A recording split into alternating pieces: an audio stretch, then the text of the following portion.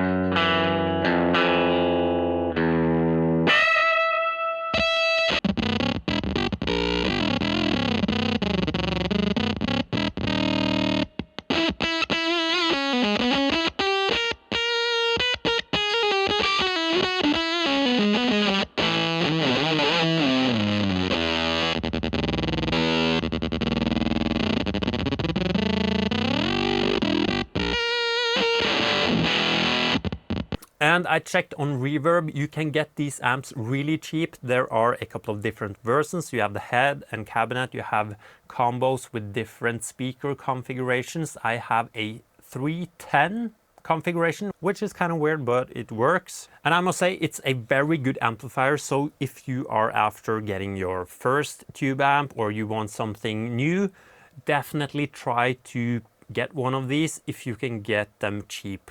Don't buy it if it's over $500. I don't think it's worth that.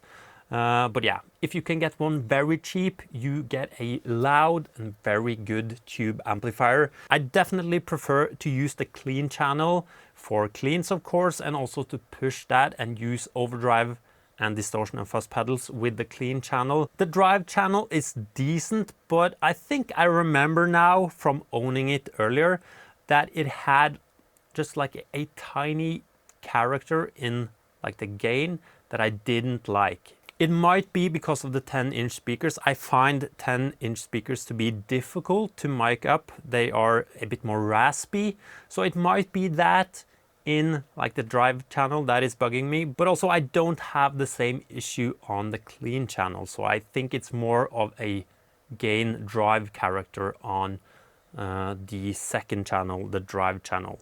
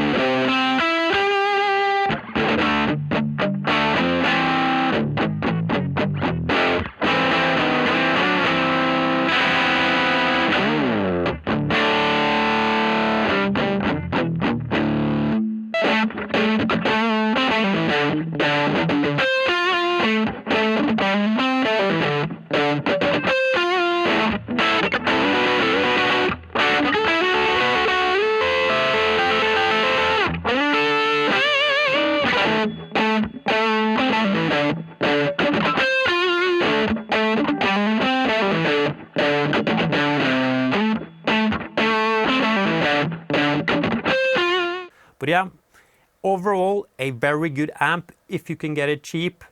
It's super loud, the reverb is really good, and the cleans are really good, and it's a great amp to push on the clean channel.